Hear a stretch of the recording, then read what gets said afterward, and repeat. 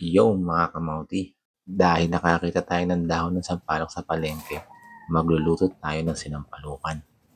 Lahat siguro tayo may kwentong naaalala kapag kumakain tayo ng sinampalukan. Madalas siguro sa mga tito at tita natin o kaya naman sa inuman. Pero ako wala akong maalala na in-order ko siya nung college. Lagi kasi ang binibili namin yung default. Yung default means yung kapag nakita ka ng tindera, ay alam na, liempo at saka gulay.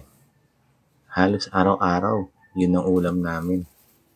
Pero okay lang, kahit tempo lagi-lagi, may kulay namang kasama. Kaya ngayong tumatanda na, iwas na sa pork. Kaya mapapansin nyo, halos puro chicken breast yung niluluto ko. Nasobrahan na kasi sa kabataan ang default. Bakit ba ako napakwento? Nung kinain kasi namin 'to at nalasahan ko yung dahon ng sampalok, na-feel ko yung nostalgic moments. Yung tipong parang bumalik ka sa kabataan.